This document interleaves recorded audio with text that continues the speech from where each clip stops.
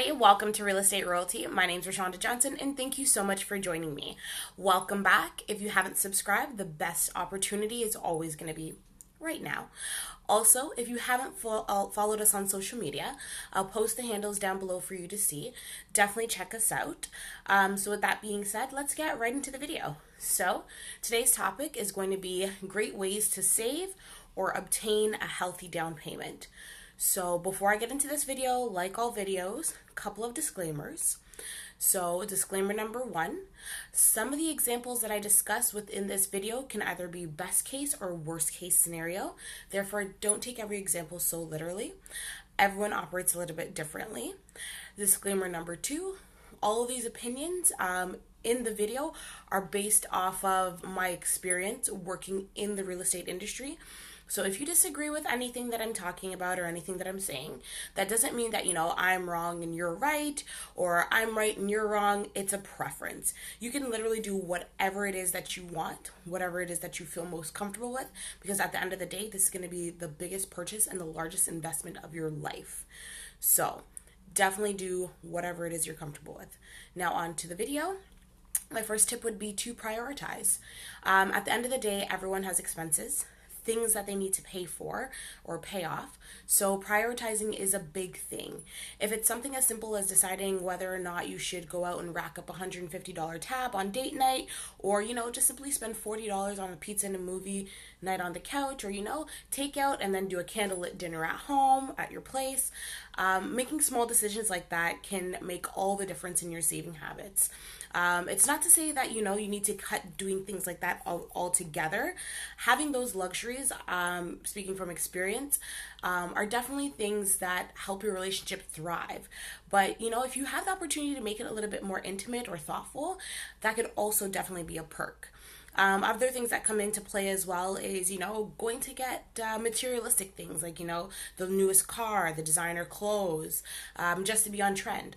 Hold off on things like that just until you've reached your financial property goal, and then you can kind of keep going from there.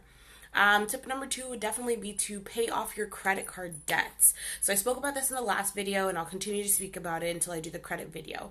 But by paying off your credit card debts, it increases your chances of being able to save more money short-term and long-term. Yes, it may prolong your ability to save all the money right now, but once you pay off those credit card balances, it'll definitely be a life changer. Most people aren't aware that when you make just the minimum payment, you aren't actually hitting the balance that's on the credit card. The minimum payment is mostly just interest that's being incurred. So if you pay off your credit card faster, you'll be paying less money and you'll be wasting less money pouring it onto a credit card with interest, and then afterwards you could start putting more money into a savings account for your down payment. Tip number three would be get rid of your car or purchase one outright. So this kind of touches on one of my previous points. In this day and age, this could go both ways. With platforms like, Uber, Lyft, Drive Her, there are plenty of options to get around without a physical car or without physically owning one.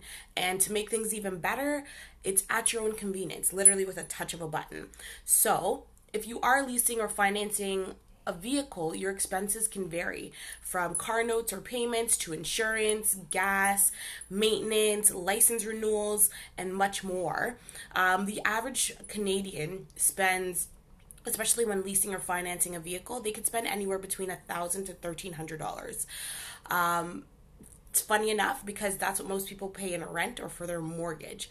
So imagine saving an additional $1,300 a month to put towards the purchase of your home. I can almost guarantee that you'll reach your goals faster. So even if you're in a residence that has multi-vehicles, try carpooling. Or you find somebody that works around you, try carpooling. Or if not, then definitely go for an older vehicle, or, if you could pay a vehicle outright instead of getting a new vehicle, that would help you as well. Vehicles are depreciating assets and they don't necessarily retain their value. So definitely consider that. My tip number four, if you're working if you can't completely let go of your car and you have the option of working from home, there's another potential way that you can save money in small increments. So not having to spend as much on things like maintenance or car washes or gas. Working from home can definitely help you add up in small amounts, and you'll be able to save additional money down the road. One thing that I find that I don't do when I work from home is I don't have impromptu lunches, and I don't see that shopping sale that I can go stop at. Tip number 5, pick up a new hobby, or 2 or 3. Reason why I say that is figure out where you spend money most.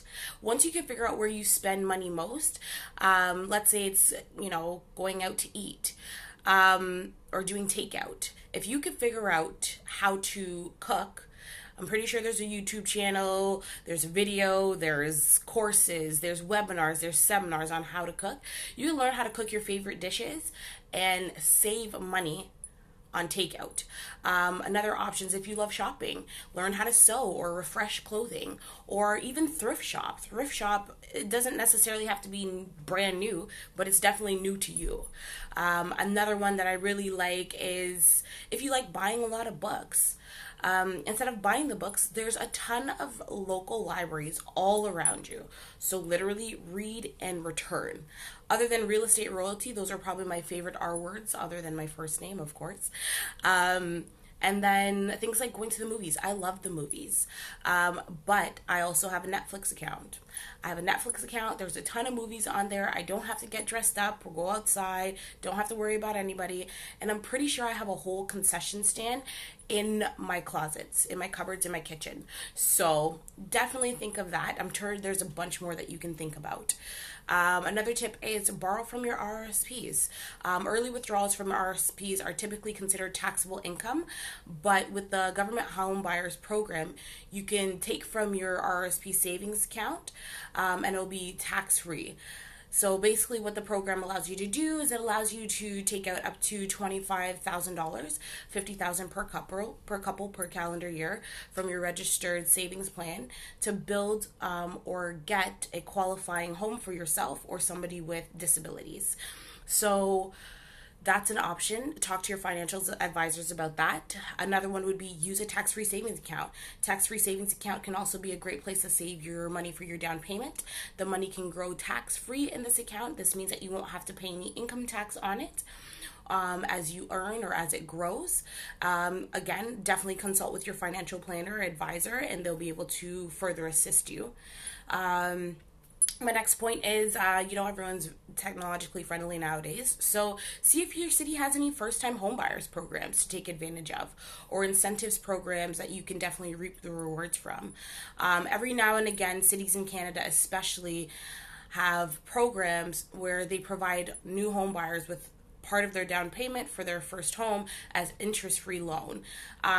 Programs like this usually are initiated for 2 purposes. So 1, to make it a whole lot easier for home buyers to afford a home, and 2, to redevelop a city that's kind of struggling. So these programs they have very specific requirements. You can check out your city hall to see what your city kind of has in store for you, any programs like this to kind of help you buy your home for the first time. In the past, I know in Winnipeg, Manitoba, Surrey, British Columbia, they've offered up to $20,000 per couple under programs like this that you repay over time with little to no interest. Some of the programs that I've kind of researched, just depending on where you are programs like, the Home Buyers Program, First Time Home Buyers Tax Credit, the GST, HST New Housing Rebate, the CMHC Mortgage Loan Insurance Program, CMHC Purchase, CMHC Improvement, CMHC Newcomers, CMHC Self-Employed, and CMHC Green Home. One of the other points is, an angel investor, loans or gifts from friends and family. This could be a lifesaver to so many people, having a an angel investor or getting a loan or gift from family or friends. It's definitely another way that you can obtain a down payment. Whether it's a gift or a loan, this could definitely speed up your ability to own a home faster. Now, if it is a gift, definitely be thankful to your friends and family or to the angel investor, and make sure you invite them to your housewarming party. And if it's a loan, do them and yourself a favor and make sure you pay them back on time. Because if not, obviously that's going to be the last time that they stretch that far for you. And two, not to mention, things can get really ugly, whether it's legal, whether it wrecks a really good relationship. Anything is possible at that point. And last tip, definitely for millennials, pair up. Not even just millennials, but everybody. If you can't obtain money from a third party to help you out, like your friends and family or angel investor, maybe consider going in with friends and family to purchase a home. I just read an article the other day where 6 friends actually pooled their money together to purchase a $1.3 million property in Toronto. They're currently living as roommates and paying each other rent to sustain a property. At this point, it's an asset for them. They will gain equity opposed to paying a landlord and not seeing any financial gain from that specific situation. Therefore, there's a lot of different ethnicities that I find even within the real estate community that definitely do this. They pool all their money together, they purchase a house, they, put their pride aside for the time being, and within the next 2 to 5 years, they purchase another one, and they keep growing like that. So definitely pair up with your friends and family. Definitely get a contract going if you don't feel as secure. Reevaluate every year. That's definitely something that you can do. But now with that being said, that concludes the end of my video. I hope it didn't scare you too much. I hope that it was informative, just like I think it was. And thank you so much for watching. So don't forget to like, comment, and subscribe. Definitely share. Leave any questions that you have down below. And I will do my best to try to get them answered for you within the upcoming videos or in the comment feed. I'll see you guys next week. I love you so much. Until next time, bye guys.